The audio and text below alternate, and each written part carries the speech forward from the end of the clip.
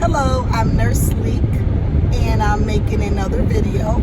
Today is February the 16th, 2022. I'm a second year nursing student. I am currently a LPN, and I am currently completing my RN degree. Before I give you all the details, please like, comment, and subscribe.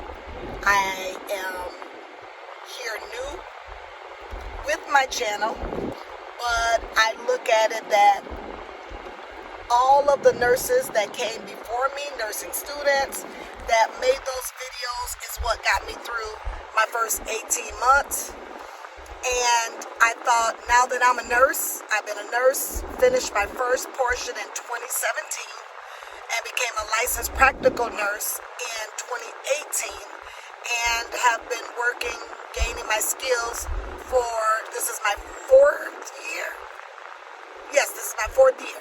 And now that I have returned to school to complete my degree, I just thought it would be fun to give back for others. And it is what really get us through.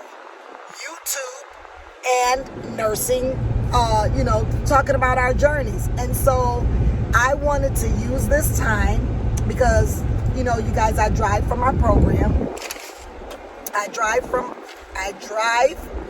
to my program from one city to the other, and it's about a 55-minute drive. My clinicals is about an hour, 20 minutes. So I thought, wow, this would be fun to just kind of chit-chat every, once a week.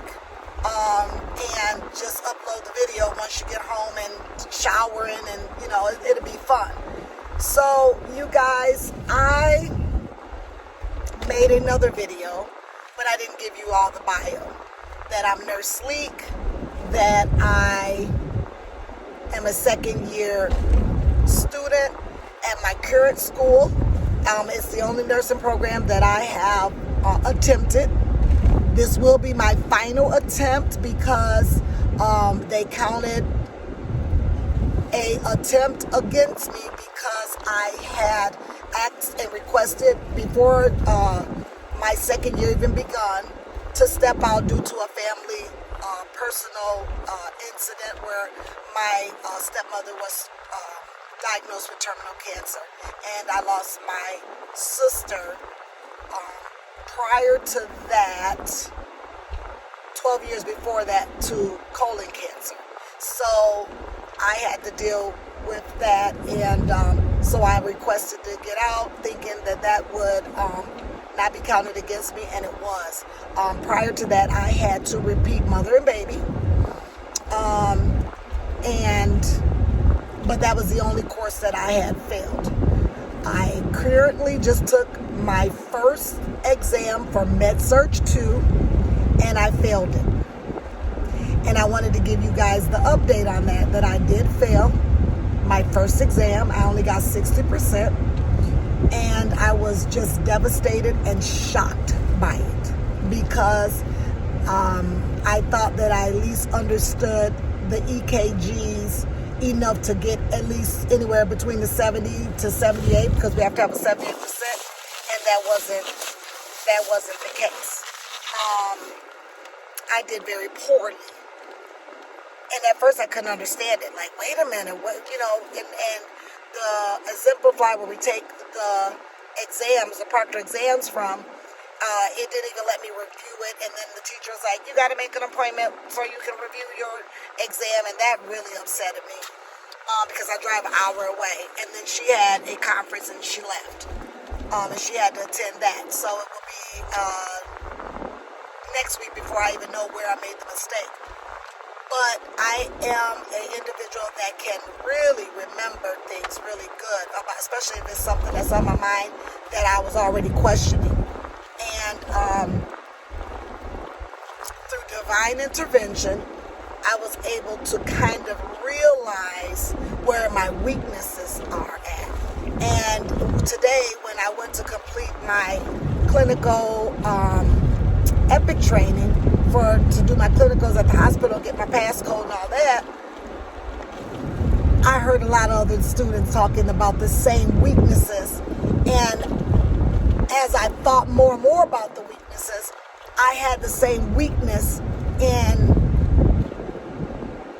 the beginning of nursing school, but it wasn't as important as it is as your RN, your second degree, because they're training you to, these are all your patients, what are you going to do? Where the first year is basically like you're learning, whatever the first year students, LPN, can do and what the RNs can.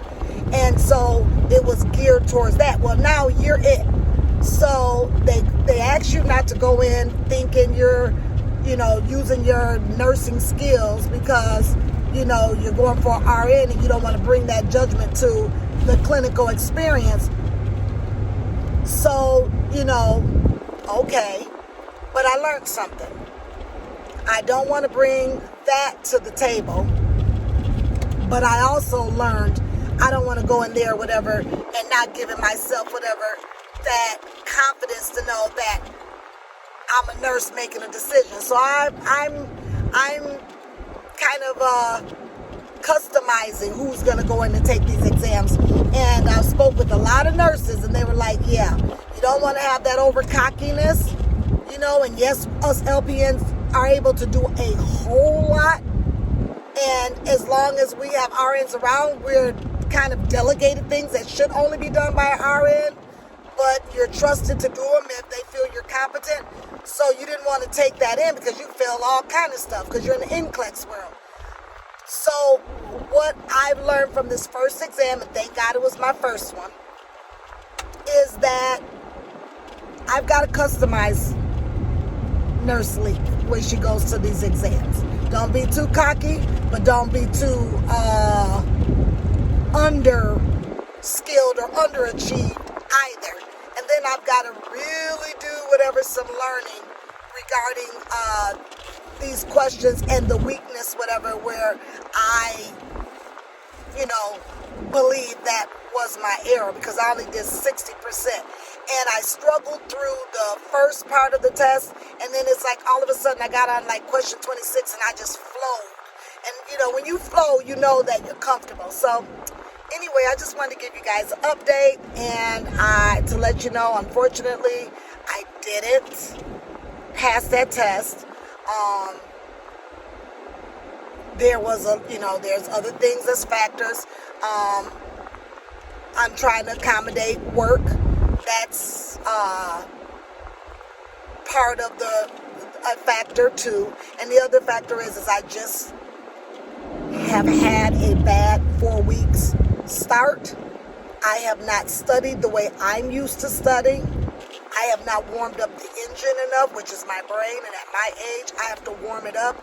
My supervisor was like, I can work 80 hours and still do whatever my school. And I said, well, that's you. It ain't me. And I'm not going to pretend just because you did something that is good for me. So anyway, then in the same breath the next day, she says, well, I had 20 hours of PTO.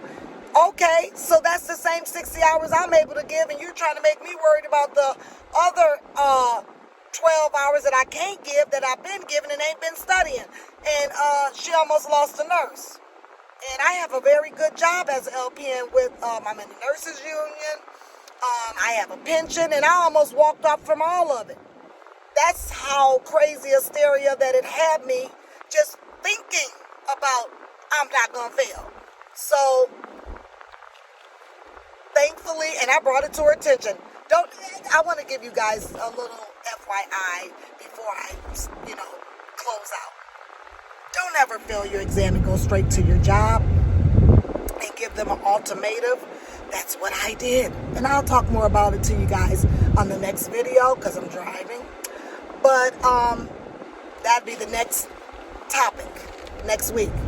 But yeah, just don't do it because I was all kind of crazy. And I done went in there whatever with my resignation. And in a sense, it was like, crazy at my age, 54, to do that. But the thing that was funny about it is when I got to work the next day, she had all kind of resolutions and solutions for me, whatever.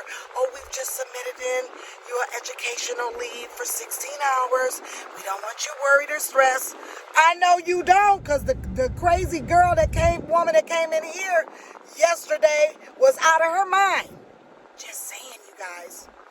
Okay, love you guys. Please like, comment, and subscribe, and I'll catch you guys up on that crazy woman that walked in there with her resignation. Okay, love you guys. Bye-bye.